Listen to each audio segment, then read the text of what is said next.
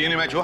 अरे यार टाइम लगता है, इतनी जल्दी नहीं होता डीएनए मैच। यार रो मत साउंड की, जल्दी चाहिए हमको रिपोर्ट। अरे यार तुम तो घोड़े पे सवार होके आते हो हमेशा। अरे डॉक्टर साहब, एक बार ये पता चल जाए कि लाश दीप्ति की है या नहीं, उसके बाद हम इस केस में आगे बढ़े ना। अरे आगे बढ़ोगे यार, आगे बढ़ोगे। वो कर तो रही है मैच यार। हम लोग वापस चले जाएं? अरे वापस क्यों चले जाओ यार, मैं बोल रहा हूँ तारिका कर रही है ना मैच यार। ये बात आप पहले भी बता सकते थे ना, प्यार से। तो इन्हें कौन समझाएगा? सर ये देखो, आइए।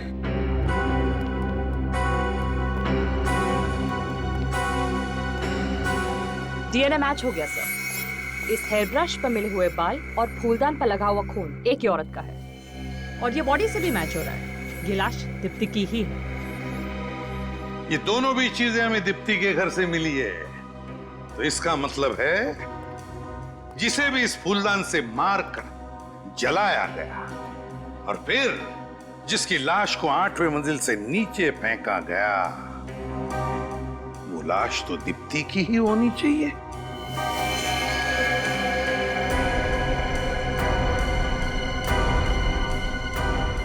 दीप्ति की?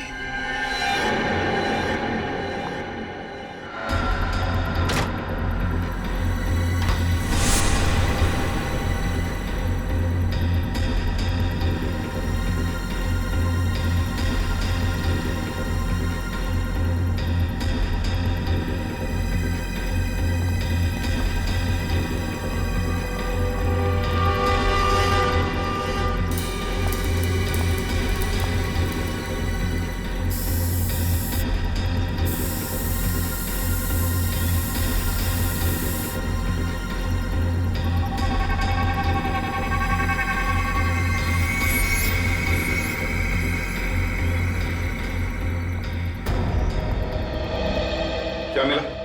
सर घर पे इसके अलावा और कहीं भी केरोसिन के ट्रेसेस नहीं मिले। इसके अलावा घर में कहीं पर भी केरोसिन के ट्रेसेस नहीं, तो इसका मतलब है दीप्ति को जलाया गया यहीं पर और यहीं से उसे गिरा भी दिया।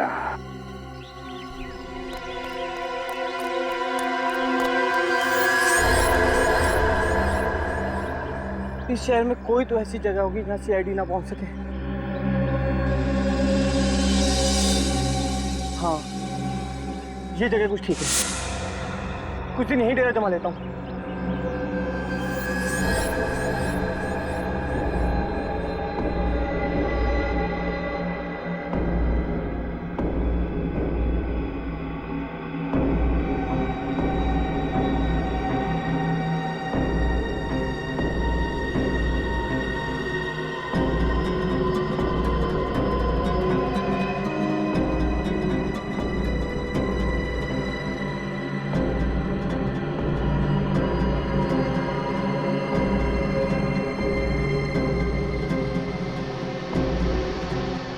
मैं जानता था कि तुम जरूर आओगी। इस मुश्किल घड़ी में तुम ही मेरा साथ दोगी।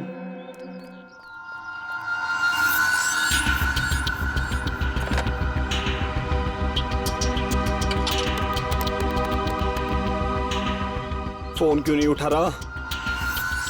हेलो विशेष, मैं गिरीश। यार मैं बहुत बड़ी मुसीबत में हूँ यार। यार मैं फोन पे नहीं बता सकता। यार तुम मुझसे मिलने हैं। और हाँ हेलो यार, आते आते थोड़े बहुत पैसे भी लेते हैं। यही कोई 5-10 हजार। लिख एड्रेस लिख।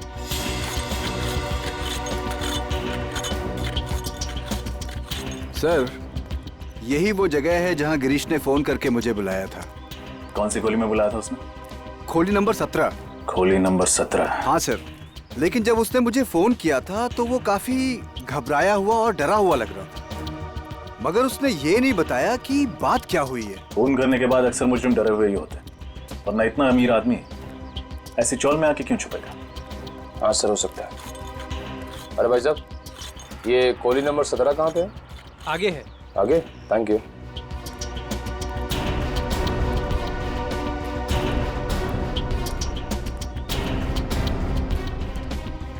सर, यही है वो जगह। दरवाजा खटखटा। कौन है? गिरीश, मैं विशेष। उसे दरवाजा खोलने के लिए बोला।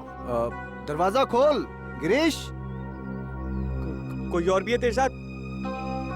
यार कोई नहीं है मेरे साथ, मैं अकेला हूँ। झूठ मत बोल। मैं सच बोल रहा हूँ, तेरे को विश्वास क्यों नहीं हो रहा? गिरीश, कौन है तेरे साथ? जल्दी बता। तुम पीछे हटो, यहीं रुकना। निखिल, दरवाजा तोड़ दो। सर,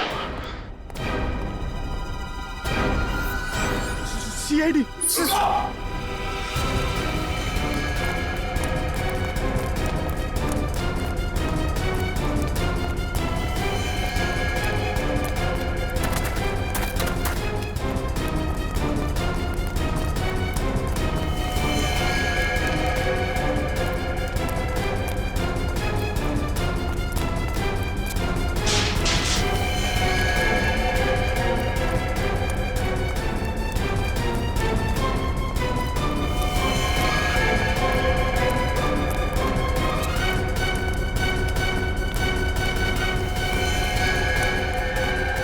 रुक जा गिरीश।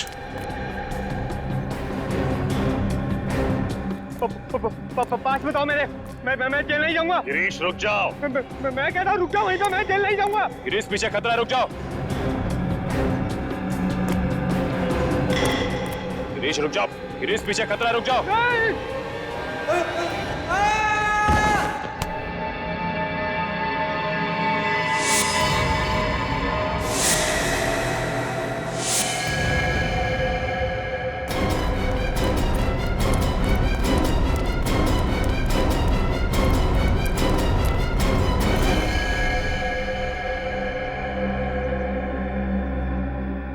He's dead.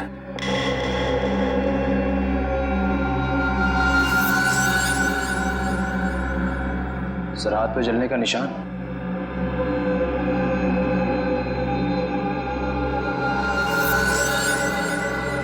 शायद दीप्ति को जलाते समय इसके हाथ जल गए होंगे। सर, ये केस तो खत्म।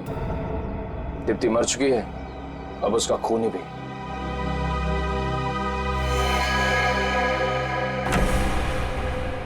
सर, गिरीश तो मर चुका है। इस केस को बंद कर देते हैं। अब सबूत ढूंढ के फायदा क्या है? नहीं पंकज, माना कि ये खूनी मर चुका है, पर जब तक ये साबित नहीं हो जाता कि दीप्ति का खून इस गिरीश ने किया है, तब तक हम आराम से बैठ नहीं सकते। हमें पहले ये पता लगाना होगा कि गिरीश यहाँ इस घर में क्यों छुप के बैठा था, और ये घर किसका है। चप्पा चप्पा छान मारो इस घर का, जल्दी।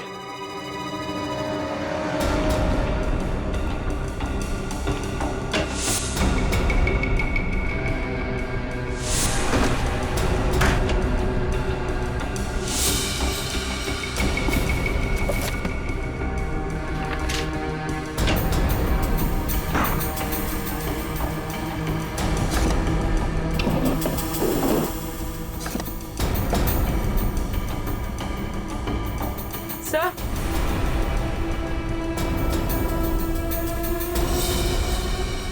अपूर्वी, सर ये देखिए, किसी लड़की की फोटो है। लगता है घर इसी का है। पड़ोसी से पूछताछ करते हैं, तो देखो पड़ोस में कोई है क्या।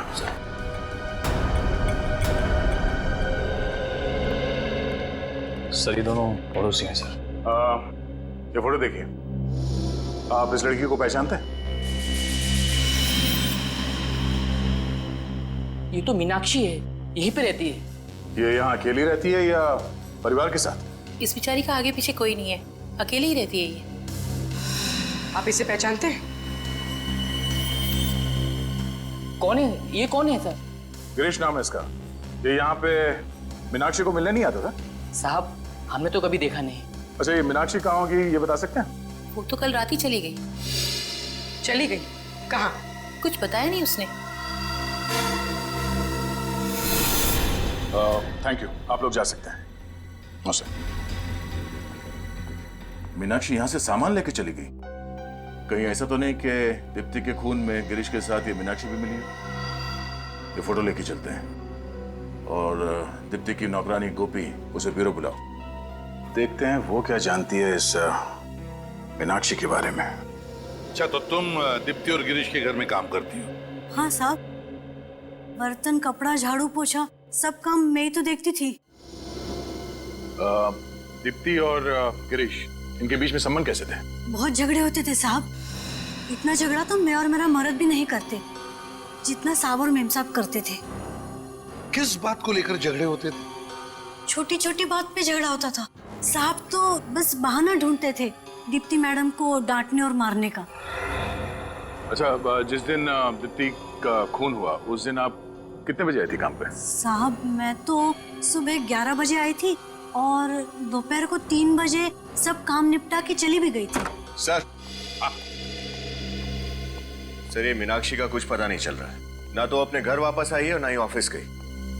मीनाक्षी गायब है तो दया हो सकता है ये मीनाक्षी मिली हुई है गिरीश के साथ दीप्ति के खून में। हाँ सर, बिल्कुल मिली हुई है। ये उन दोनों के फोन रिकॉर्ड्स।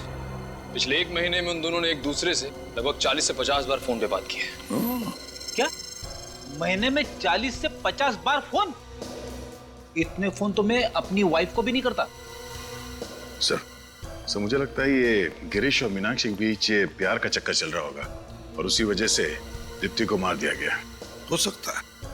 जैसे मीनाक्षी का फोटो दिखाते।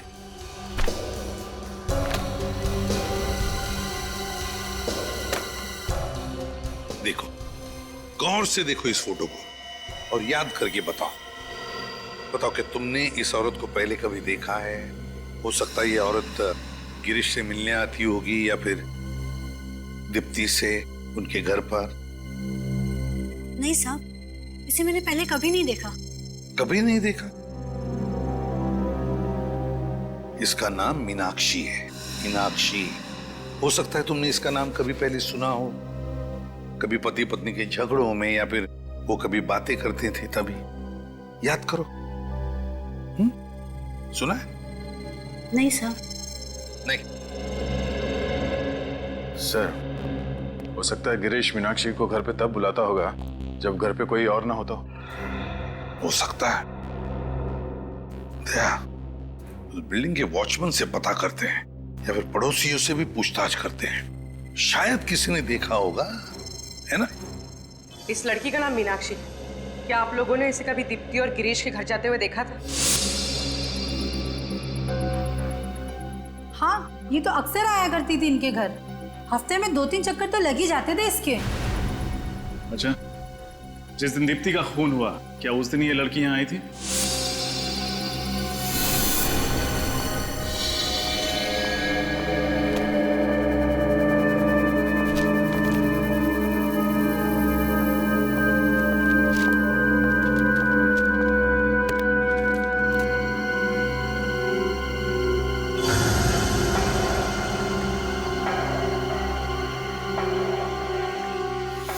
हाँ साहब, आई थी, मुझे अच्छी तरह याद है। अच्छा, वो कितने बजे आई थी यहाँ पे? यही कोई हादसे से 2 या 3 घंटे पहले। बाहर कितने बजे गई थी? नहीं साहब, बाहर जाते हुए तो मैंने नहीं देखा उसे।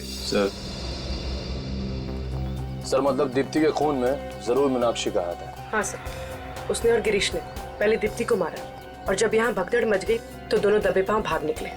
हो सकता है इस गिरीश और मीनाक्षी के बीच में कोई प्यार व्यार का चक्कर हो, इसलिए उन्होंने दीप्ति को मार दिया। इस मीनाक्षी के बारे में सारी जानकारी निकालनी पड़ेगी। कुछ भी हो जाए वो सीआईडी के हाथों बचनी नहीं चाहिए। सर मीनाक्षी के क्रेडिट कार्ड की डिटेल्स मिल गए हैं। हर महीने कम से कम 40-50 हजार रुपए खर्चा कर देती थी सर ये। 40 से 50 हजार रुपया हर महीने खर्चा? दया, उसका पगार तो 15,000 ही है। सर शायद उसके सारे खर्चे गिरीश उठाता था। उसके अपने बिजनेस की वजह से कोई पैसे की तंगी तो थी नहीं उसे। Grind cafe, grind cafe, grind cafe, grind cafe. Daya, लगता है सबसे ज्यादा विजिट इसकी इस ग्राइंड कैफे में होती थी और फिर ये मीनाक्षी वहां पर गिरीश से ही मिलने जाती होगी। हाँ सर, जिस दिन दीप्ति की मौत हुई 13 तारीख को, उस दिन भी ये ग्राइंड कैफे गई थी। उस दिन भी वो ग्राइंड कैफे ही गई थी। तो फिर दया, इस मीनाक्षी तक पहुंचने की रेसिपी इस ग्राइंड कैफे में ही मिलेगी। Grind cafe.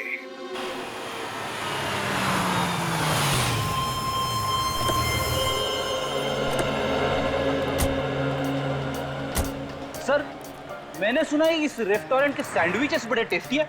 क्या बोलते हैं? मंगा ले तो अपने काम का काम हो जाएगा, पेट पूजा की पेट पूजा हो जाएगी। हमेशा भूख लगी रहती है। पहले काम करो। सीआईडी, आपसे कुछ सवाल करने हैं। मगर हमारा रेस्टोरेंट तो बहुत अच्छा है। पिछले महीने फूड इंस्पेक्टर ने भी हमको A+ सर्टिफिकेट दिया है। ये देखिए। नहीं, उसकी जरूरत नहीं है। आप जरा ये फोटो देखिए। मीनाक्षी नाम है इनका, इन्हें पहचानते हैं? हाँ, ये तो हमारी रेगुलर कस्टमर है, अक्सर यहाँ कॉफी पीने आती रहती है। ये अकेले आती थी यहाँ पे या फिर इसके साथ कोई और भी आता था? वो अपने एक दोस्त के साथ आती थी। दोनों को देखकर ऐसा लगता था जैसे दोनों एक दूसरे से बहुत प्यार करते हैं। अच्छा, वो प्रेमी कहीं ये तो नहीं है? हाँ जी सर, यही तो है वो। आप सीआईडी वाले भी कमाल हो, सबकी खबर रखते हैं। आखिरी बार कब देखा था इन लोगों को? यही 2-4 दिन पहले। अच्छा, इनके बीच में क्या बात हो रही थी, कुछ अंदाजा है, कुछ सुना आपने? मैंने तो क्या, पूरे रेस्टोरेंट ने सुना। दोनों पहली दफा झगड़ रहे थे और चिल्ला चिल्ला के एक दूसरे से झगड़ा कर रहे थे। बस गिरी, अब बहुत हो गया। मेरे सब्र का और इम्तिहान मत लो, वरना अंजाम अच्छा नहीं होगा। तुम मुझे धमकी दे रही हो? इसे मेरी धमकी समझो, चाहे विनती, चाहे मेरी चेतावनी। पर जो मैं चाहती हूँ अगर पूरा नहीं हुआ तो तुम गए काम से। Thank you very much. Meenakshi Girish से ऐसा कौन सा काम कराना चाहती थी? सर, इस केस के साथ मीनाक्षी का कुछ न कुछ तो कनेक्शन जरूर है, इसीलिए दोनों के मरने के बाद वो किसी घोंसले में जाके बैठ गई है। पता लगाना पड़ेगा फ्रेडी, वो घोंसला उसने कौन से पेड़ पे बनाया है।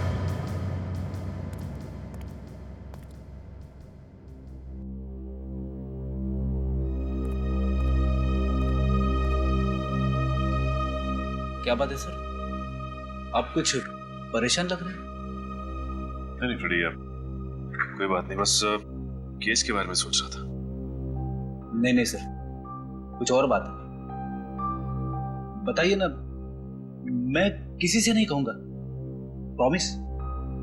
नहीं कुछ भी नहीं फ्रेडी। कुछ तो है सर, प्लीज बताइए। फ्रेडी, तुम्हें सलोनी याद है? सलोनी? सलोनी, आंखें खोलो सलोनी। सलोनी, आंखें खोलो सलोनी। सलोनी? हाँ, इसका नाम सलोनी है। इसका सपना सच है। और ये? प्रशांत।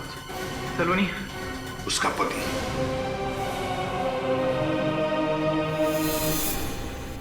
हाँ, आज ठीक 1.5 साल हो गए उसे मेरी जिंदगी से गए, लेकिन आज भी उसकी यादें मेरा पीछा नहीं छोड़ती। उसकी वो मासूम आंखें मुझे सोने नहीं देती। लेकिन मैं कितना बदनसीब हूं, उसके पास तो मेरी यादें भी नहीं है।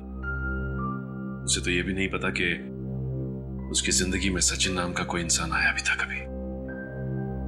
उससे बदनसीब कौन हो सकता है?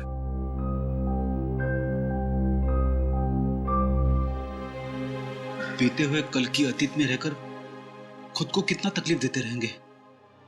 आने वाले कल की तरफ कदम बढ़ाइए सर, और देखिए जिंदगी कैसे बाहें फैलाकर आपका इंतजार कर रही है। बड़ी, तुमसे बात करके दिल थोड़ा हल्का हो गया। It's my pleasure.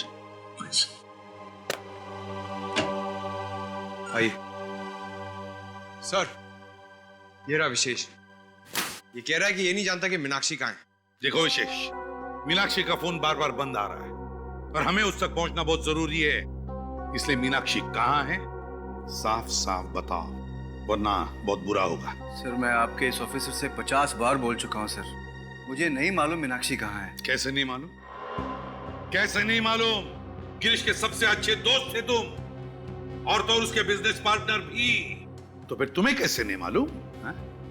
गिरीश के बाद मीनाक्षी को अगर किसी भी चीज की जरूरत पड़े तो वो तो तुम्हें ही कांटेक्ट करेगी ना, क्यों?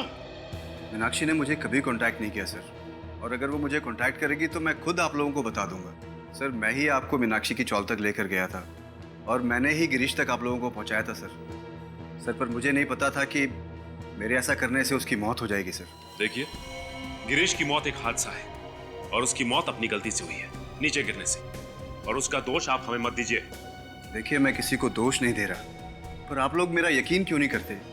वैसे भी इस केस की शुरुआत से ही मैं आप लोगों का साथ दे रहा हूं सर, और आप लोग मुझ पे ही शक कर रहे हैं सर। वो तो मीनाक्षी के ऑफिस वालों से पता चल ही जाएगा विशेष जी। कि तुम्हारी बातों में कितनी सच्चाई है और कितना झूठ। क्या मीनाक्षी ने खून किया है? जी हाँ, और अब वो फरार है। नहीं सर, यह नहीं हो सकता। मीनाक्षी किसी का खून नहीं कर सकती है सर। क्यों? तुम इतने यकीन के साथ ये बात कैसे कह सकते हो? मीनाक्षी एक बहुत अच्छी लड़की है। आप चाहें तो किसी से भी पूछ सकते हैं हम।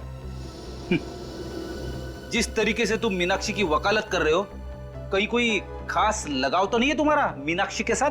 हाँ सर, ये सच है कि मैं मीनाक्षी से प्यार करता हूँ, लेकिन ये भी सच है कि मीनाक्षी किसी और से प्यार करती है। क्या नाम है आपका? अरविंद। मिस्टर अरविंद, फिर तो आपको ये भी मालूम होगा कि मीनाक्षी किससे प्यार करती है? हाँ, वो एक शादीशुदा आदमी, उसका नाम गिरीश है। मैंने मीनाक्षी को बहुत समझाया, लेकिन उसने कभी मुझे सीरियसली नहीं लिया। तुम्हें मालूम है गिरीश की पत्नी कौन है? नहीं सर। दीप्ति, वही जिसका खून हुआ है। ये है उसकी फोटो। कभी देखा इसे मीनाक्षी के साथ? हाँ, ये कुछ दिन पहले आई थी, मंगलवार को मीनाक्षी से मिलने ऑफिस में। क्या क्या बातें हुई इनके बीच में, आपको मालूम? बातें तो मैंने नहीं सुनी सर, लेकिन हाँ, मीनाक्षी ने दीप्ति को एक लिफाफा दिया था, पीले रंग का।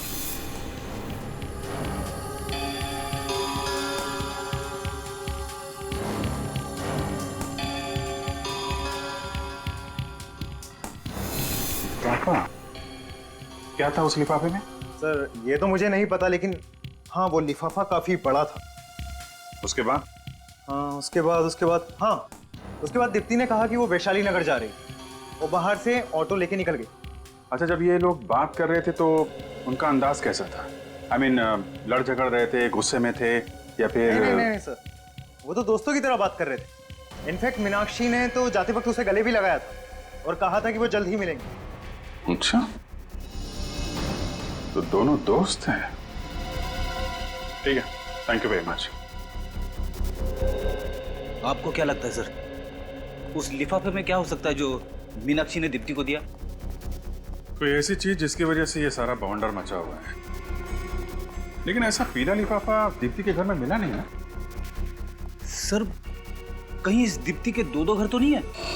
अरविंद कह रहा था ना कि दीप्ति वैशाली नगर की तरफ गई थी, जबकि उसका घर श्याम नगर में है, बिल्कुल उल्टी दिशा में। ऑफिस के बाद जो ऑटो स्टैंड है वहां से पूछते हैं मंगलवार को ये दीप्ति एग्जैक्टली गई कहां थे। वो जो सामने स्टैंड है, दीप्ति ने यहीं से ऑटो लिया। एक काम करो, तुम उस तरफ से पूछो, मैं इधर देखता हूँ। सुनो, ये लड़की मंगलवार को तुम्हारे ऑटो में बैठी थी क्या? सुनो भाई, इस लड़की को पहचानते? नहीं। अरे सुनो, मंगलवार को ये लड़की तुम्हारे ऑटो में बैठी थी क्या? हाँ साहब, बैठी थी ना। बड़ी झगड़ालू लड़की है। अच्छा, किसके साथ झगड़ा किया इसने? साहब, किसी और के साथ क्या, मेरे साथ ही झगड़ा किया। कहने लगी कि तुम्हारा मीटर बहुत तेज है। अब मैं बोला, क्या मैम, आज ही नया इलेक्ट्रॉनिक मीटर लगवाया है, ये तेज कैसे हो सकता है? छोड़ा कहाँ था इसे? साहब, पप्पू घोड़ा चौल में। पप्पू घोड़ा चौल।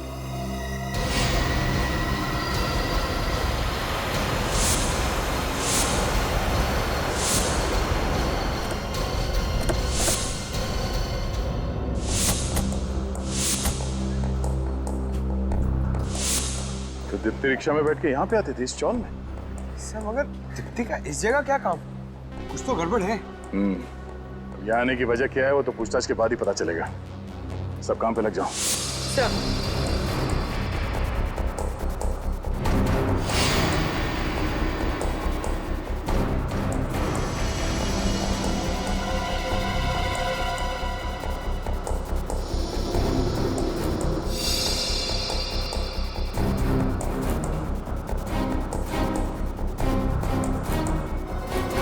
इस औरत को यहाँ आसपास कहीं देखा? जी नहीं। यहाँ पे किसी मिलने आते?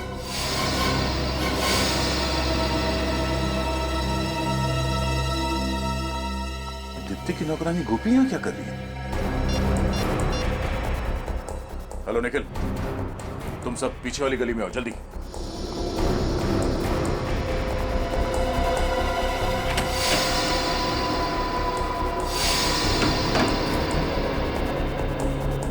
सर लगता है गोपी इसी चौल में रहती है, इसलिए दीप्ति यहाँ उससे मिलने आई होगी।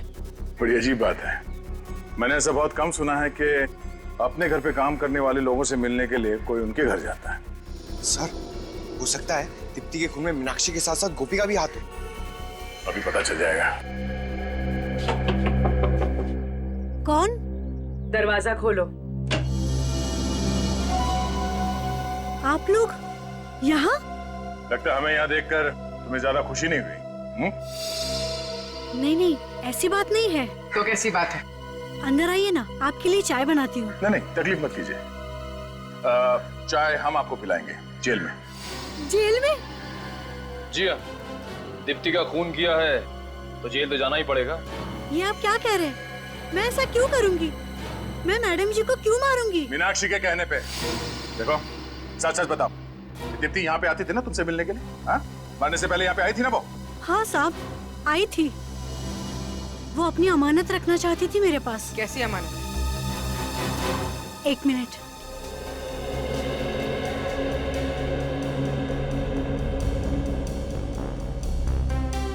ये लीजिए। सर ये तो वही पीला लिफाफा है जिसके बारे में हमें मीनाक्षी के ऑफिस में मालूम पड़ा था। हाँ, शायद इसलिए मैं दीप्ति के घर पे नहीं मिला। इतने सारे पैसे, कम से कम 40-50 हजार रुपए होंगे। साहब मुझे नहीं पता इसमें पैसे हैं। मुझे तो दीप्ति जी ने लिफाफा दिया था, कहा था संभाल के रखना, कुछ दिन बाद मीनाक्षी आएगी और ये लेके जाएगी, और वो चली गई थी। इसका मतलब तुम मीनाक्षी को पहले से ही जानती थी और तुम ब्यूरो में हमसे झूठ बोल रही थी? हाँ मैडम जी, मैं डर गई थी। मैंने सोचा मैं फंस जाऊंगी इस सब में। सर ये केस तो जलेबी की तरह एकदम गोल गोल घूमता जा रहा है। ये मीनाक्षी पैसे लेने के लिए कब आने वाली है? उसका फोन आया था, वो आज रात 12:30 बजे आ जाएगी। आज रात 12:30 बजे? ठीक है, अब तुम वो करो जो हम कहते हैं।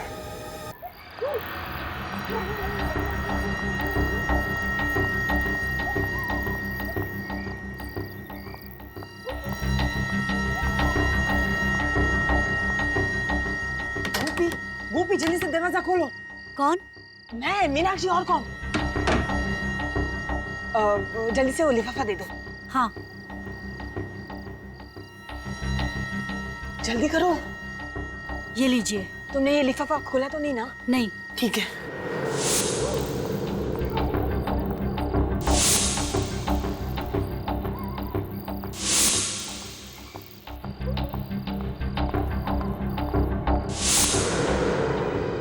तुम्हारा खेल खत्म हो चुका है मीनाक्षी।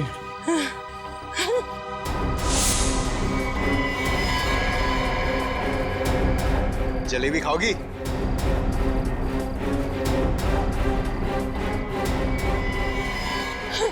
रिकॉर्ड के लिए खेद है मीनाक्षी जी।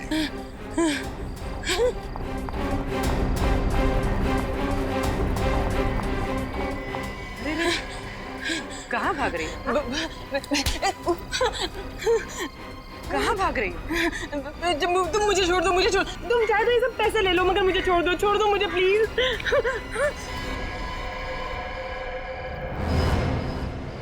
दीप्ति, सीआईडी बिकाऊ नहीं, समझी?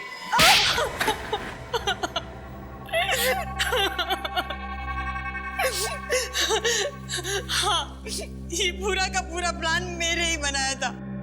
मैं ही हूँ कानून की असली मुजरिम।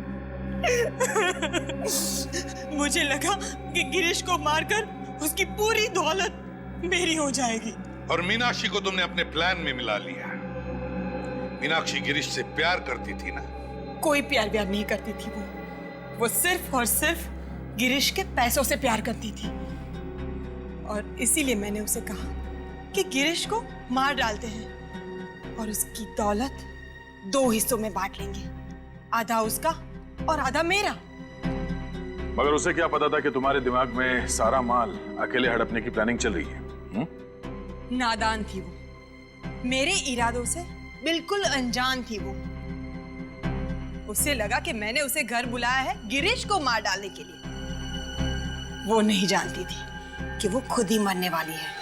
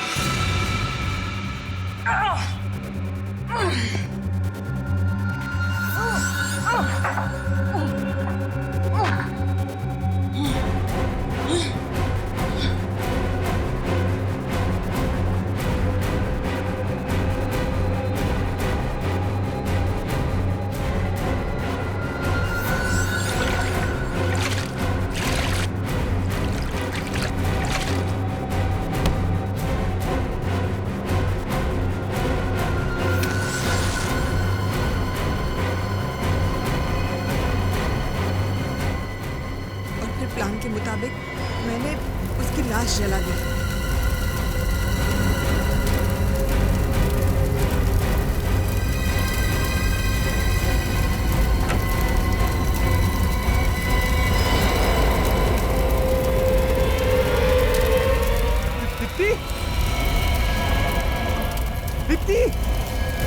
शराब के नशे में धुत मेरे पति को ये भी नहीं पता चला कि वो दीप्ति थी या मीनाक्षी।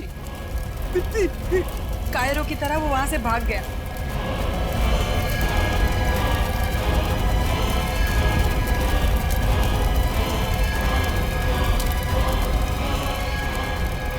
और फिर मैंने मीनाक्षी की लाश को बालकनी से बाहर फेंक दिया। और फिर मैंने आत्मा बनकर गिरीश को डराया।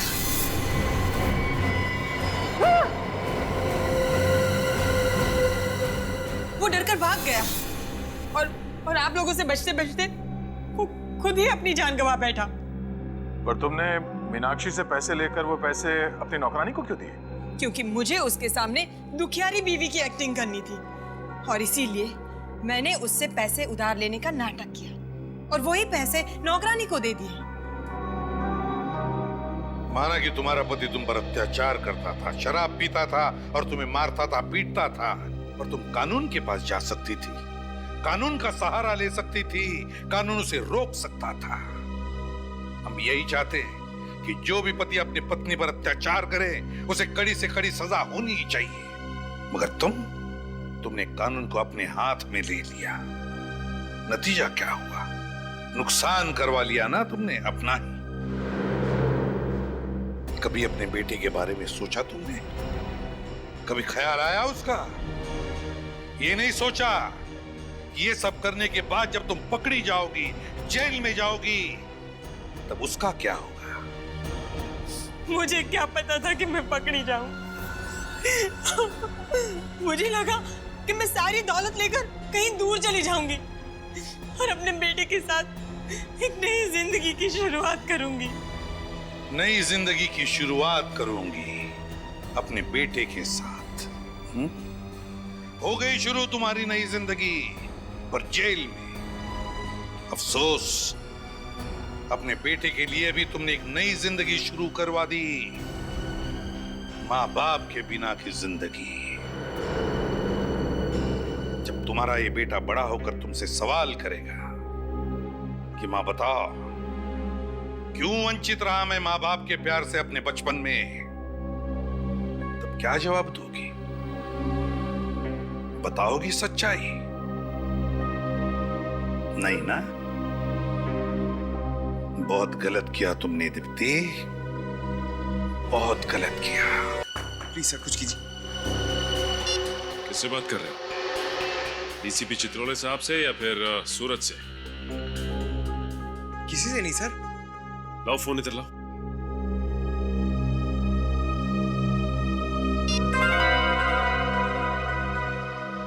किसी से नहीं।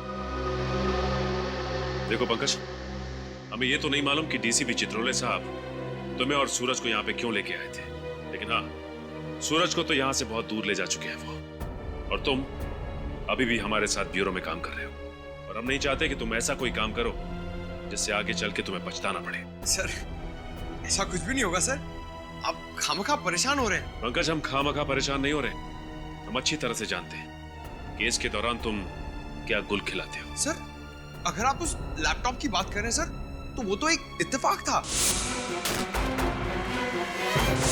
इत्तेफाक नहीं था पंकज, वो लैपटॉप तुमने जानबूझ के गिरा था ताकि सबूत हाथ में लगे। देखो पंकज, अब भी समय है, सुधर जाओ, वरना ये सारी बातें हमें एसीपी साहब को बतानी होंगी। सर आप गलत समझ रहे हैं सर मैं बुरा ऑफिसर नहीं हूं और ना ही मेरे इरादे गलत है। सर अगर आप मेरी जगह होते ना तो आपको रियलाइज होता कि मेरी दुविधा क्या है। सर मैं आपसे वादा करता हूं सर, मैं सीआईडी के ऊपर किसी भी तरह की कोई भी आस नहीं आने दूंगा।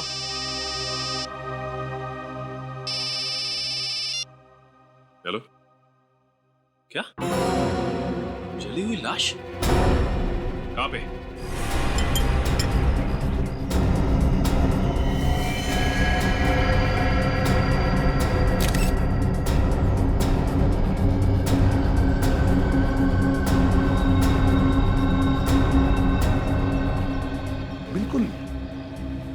तरह से बॉडी जल चुकी है, सिर्फ हड्डियां बची हैं। सब पेल्विस की साइज देखकर लग रहा है कि लाश किसी लड़की की है। लड़की की है?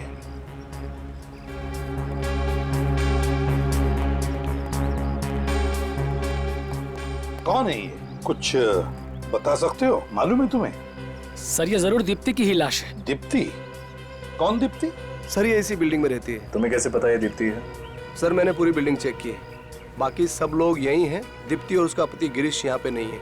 दीप्ति और उसके पति गिरीश गायब है? क्या लगता है क्या हुआ होगा? हाँ, कैसे हुआ ये सब? कुछ बता सकते हो? सर बात यह है कि गिरीश अच्छा पति नहीं था, शराब बहुत पीता था और अक्सर शराब के नशे में दीप्ति को मारता पीटता था। सर हम लोगों ने कई बार उन्हें बुरी तरह से झगड़ते हुए देखा है।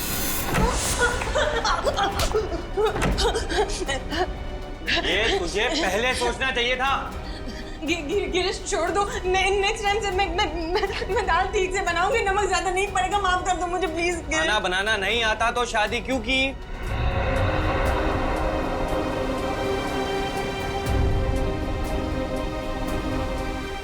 हमें उसकी मदद करनी चाहिए। सीआईडी को फोन करते हैं। अरे एक बार मदद करने की कोशिश की थी, कुछ फायदा नहीं हुआ। देखा कितना तरस आता है बेचारी पे। जंगली के साथ शादी करके इसकी जिंदगी नरक हो गई।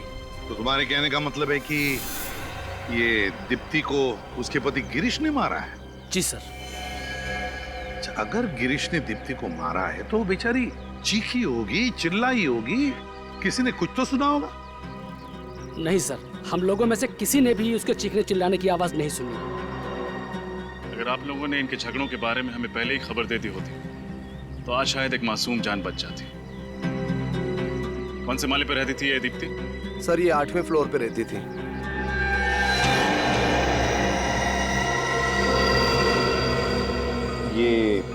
ये बच्चा दीप्ति का है? हाँ सर, ये बच्चा दीप्ति का ही है। 2 साल की उम्र में बेचारा अनाथ हो गया। क्या कसूर था इस मासूम का जो इसे इसकी माँ छीन ली गई? बच्चे को किसी अच्छे घर में गोद देने की व्यवस्था करते हैं। क्या कुछ दिनों के लिए आप बच्चे को संभाल सकती हैं? ठीक है sir. Thank you very much. चलिए।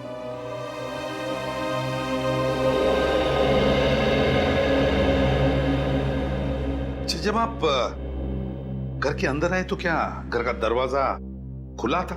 नहीं सर, बंद था। हमने बहुत बार घंटी भी बजाई पर किसी ने दरवाजा खोला नहीं, इसके लिए हमें दरवाजा तोड़ना पड़ा। अच्छा, दरवाजा तोड़कर जब आप अंदर घुसे तब दीप्ति के पति गिरीश यहाँ पर नहीं थे, है ना? नहीं सर। ठीक है, अगर आपकी जरूरत पड़े तो हम आपको फिर से बुला लेंगे। आप जा सकते हैं। Thank you sir.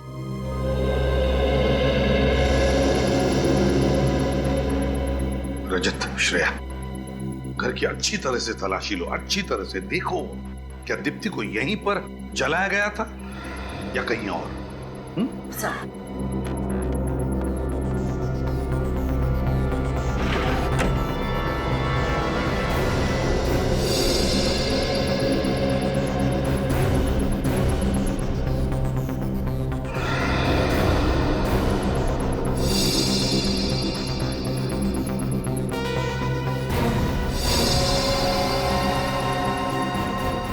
सर। हाँ रजत, ये 2 मोबाइल फोन्स यहाँ पे मिले। लगता है एक दीप्ति का फोन होगा और एक गिरीश का है। जानबूझकर गिरीश से छोड़कर गया होगा ताकि हम उसका पीछा न कर सकें। और सर ये जगह देखिए, शायद दीप्ति को यहीं पर जलाया गया।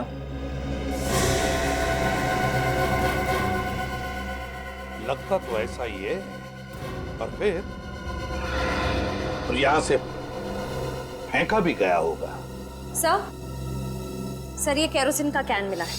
दीप्ति को शायद केरोसिन डालकर जलाया गया होगा।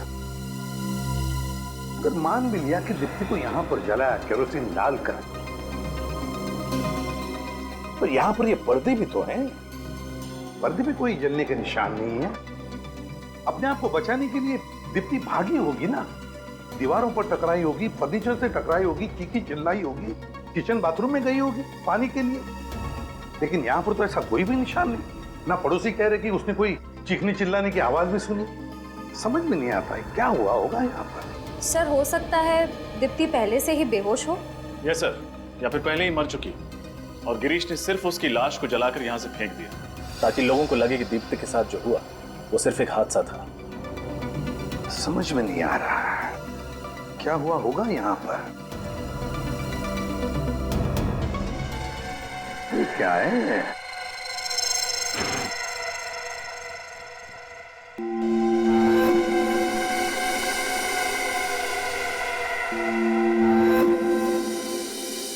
फ्लावर वास,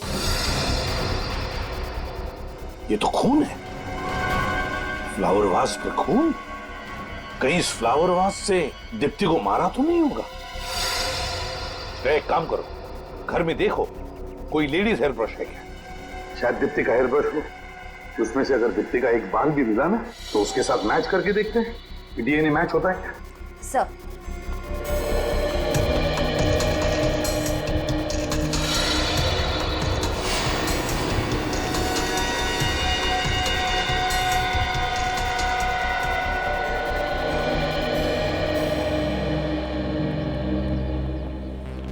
तारिका, एग्जामिनेशन हो गया?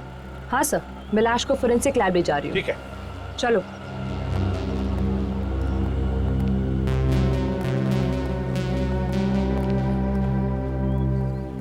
निखिल, क्या पता चला? सर इनका कहना है कि इन्होंने कल रात 8 बजे आखिरी बार गिरीश को बिल्डिंग में आते हुए देखा था। बाहर जाते हुए नहीं देखा था? जी नहीं, बाहर जाते हुए नहीं देखा साहब। कल रात को 8 बजे आते हुए देखा मगर बाहर जाते हुए नहीं देखा। तो फिर गिरीश बिल्डिंग में ही होना चाहिए, घर में। वो तो कहीं पर भी नहीं है। सर वो शायद आग की वजह से भगदड़ मची ना, उसी वक्त निकल गया यहाँ से। हो सकता है। बड़ी अच्छी प्लानिंग की है इस गिरीश ने। आप में से किसी को आइडिया है कि गिरीश कहाँ गया होगा? उसका कोई खास दोस्त, कोई रिश्तेदार? सर किसी दोस्त या रिश्तेदार का तो पता नहीं, लेकिन अक्सर उसे मैंने F24 बार में जाते हुए देखा है, शराब पीने। F24 बार? रजत, इस F24 बार में जाओ और अच्छी तरह से पूछताछ करो। इस फोटो को ध्यान से देखिए।